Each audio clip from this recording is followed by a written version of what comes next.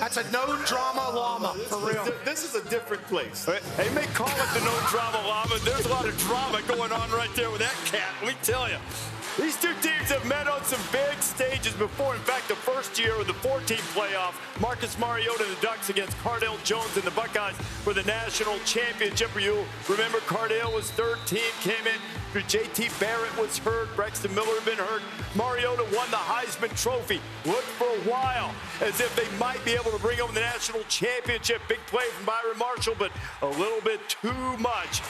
The old number 1-5 in scarlet and gray, Ezekiel Elliott powering through and leading the Buckeyes to victory, and Urban Meyer to a national championship, 42-20. OHIO brought home the title, but their last meeting in the regular season in Columbus, C.J. Verdell and company, they handed Ryan Day the only regular season game he has ever lost to a team not called Michigan.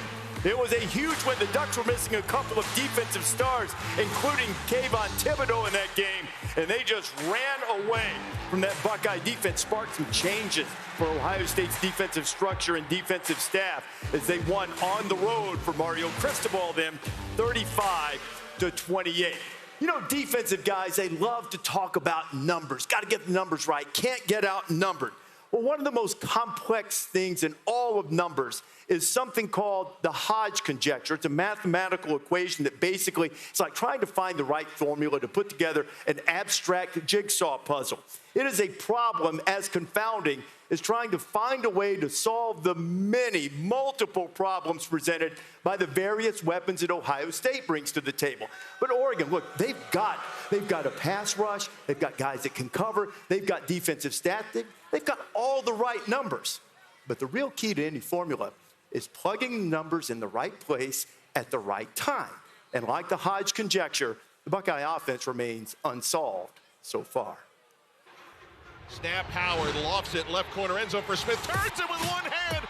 Jeremiah Smith with another highlight reel touchdown reception. There's so many weapons on the Ohio State offense, it makes it challenging to take away their strength. We're super talented on the outside, the receiver, and got the two best running backs in the country. I believe they're tough to handle. We have balance across the board, not just balance throwing and passing, but balance in terms of where the ball can go and how you're attacking defenses. Pressure up the middle. He's going to step up and get brought down. Gonna get hit, gonna go down, sacked again. Our defense, they fly around, relentless effort. They're taking shots at the ball and trying to create turnovers. They're really an explosive defense. Our mentality on defense involves power of unit, playing for each other and attacking the ball. I kind of like to treat us like a 11-headed monster. Obviously a big test for us to figure out where we are. A lot of people think of Chip Kelly, they think of fastball, and they think of up-tempo, and they think of firepower. It's a different deal, him coming from UCLA to become the offensive coordinator at Ohio State, right? Well, he's done a great job because he has a lot of weapons, but he's created a lot of balance by using those weapons effectively. They got two great runners. Here's Junkins coming on the counter, which is a really good guy with two backs. You don't have to wear out one guy. Right. So then you got Henderson coming back, fresh. Old school trap play right here. Pulling that right guard, opens up, great blocking angles. There's Henderson, like you said, both these backs stay fresh. Chip's always going to have to find out ways to outnumber you to be able to run the ball. And now you start worrying about the run game, right? Now you're thinking run, and now they come back the other way. And this is actually an advantage throw. You see it's a running play. Everybody's blocking a running play. You see there's even guys downfield. Yep. And going to throw the ball to Carnell. And he's going to catch it and run with it. And their receivers, as much as they're known for being great players as receivers, they're all blockers. Yeah, unselfish. Emeka Egbuka leading the way there with his blocks. Really sets the tone. Reminds me of Terry McLaurin. Now here they are in a bunch. And then you got Egbuka right here, who's going to get matched up on this safety. And he's going to run a diagonal takeoff. Coach, I would go back for the defense dealing with this and trying to communicate who's going to go where. That's how you get those matchups. You get those matchups. He ends up getting him on a safety and throw it and catch it for a touchdown. And then here he is running what we call a chop route, which is really a slot fade. You know, you talk about the fade outside. You create more horizontal position for the quarterback to throw the ball when you run the slot fade.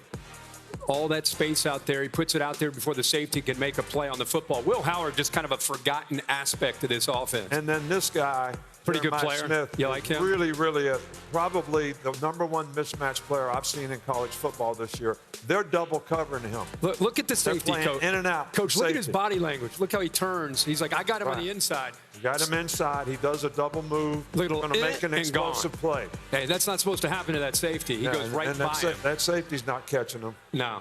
And then this guy's balance and body control to make unbelievable one-handed catches is just outstanding. Remind everybody, he's a true freshman. True freshman. Just got here. Like Ryan Williams in Alabama, does it in a very different way. Yeah, but one of the big things about these receivers, they all complement each other. They got good outside guys. They got guys that can play in a slot. A bouquet can play in or out. Yeah. So moving them around really makes them even more difficult to defend. And one thing I'm going to tell you, Chip Kelly coming back here, he's going to act like, hey, it's another game. He wants to run if he can. He wants to establish that run, win the line of scrimmage, and then set up all the flash and dash of the big plays. But that run game is going to be important. Well, since he left as head coach, he's 0 for Autzen. He's lost 3 times here as a head coach at UCLA. So with all of those weapons, what's your best shot at trying to find a way to stop them? Yeah, I mean, I think that defensively, what Oregon needs to do is play like a shell coverage. But I think they need to try to confuse these receivers, especially Jeremiah Smith. Extremely talented, but he hasn't seen a lot of, different coverages on this level. You can't just show him one coverage and then stick with it. You got to change it up on the back end. In the front 7, they've got to put some pressure on Will Howard. You got to gamble, man. Well, that's what I was saying. I think anytime you get penetration, obviously that knocks off the run game. If they don't get started, they can never get started. Get him off his spot a little bit because he's been picking teams apart, too. Right. Yeah. People didn't think Will Howard was going to be as good as he is. A lot of football under his belt. He's putting it everywhere. Yeah. Buka, obviously, Smith on the other side are incredible. The run game's a big deal. But you need to go big on these boys. You know what I mean? You need to go big. You need to get penetration on them. And I think that's a big deal. That one out. Yeah, bingo, smart. Big fish just showed up in the Shark Tank. They need to get penetration with the big guys up front. I think that's the only way to stop the offense. Before it gets going, you got to stop it, I think, is the Ohio State. I think the #1 thing for Oregon on defense is you have to stop the run, whether it's through penetration, stunts, movements, whatever it is, because you have to stay ahead in the down and distance so you can play with more coverage outside. I think pressuring a quarterback, you're going to play right into their hands because they're going to throw the ball outside to these receivers and they're going to be one-on-one Sam's coverage. too small. So I don't really need that thing to know they need to stop the run. Point some things out. Well, Des, what you just said about putting a shell on the defense, that plays into what I think they're going to want to do is run the ball. Now you get them out of that shell, you get those safeties down, then you take your shots. Maybe they're Ohio State 21-21 in the red zone with 20 touchdowns. They get down there, they know what they're doing. And on the flip side, Oregon it's been elite. not great. And Oregon, when they've had the ball, too, they've turned it over in the red zone, as Desmond pointed out. All 3 of Dylan Gabriel's interceptions from the 11-yard line or closer. Headed toward the top of the hour, BK against Lano. Night in Baton Rouge. Some other things surrounding the Ole Miss program that we will talk about coming up. And also, family is always first for Dan Lanning. Jen Latta with the story is important to the Lanning. The minute you realize that you're about to lose something a lot more important than football, it changed my focus. And that was a moment that reset my life where family came first. We'll stand my ground.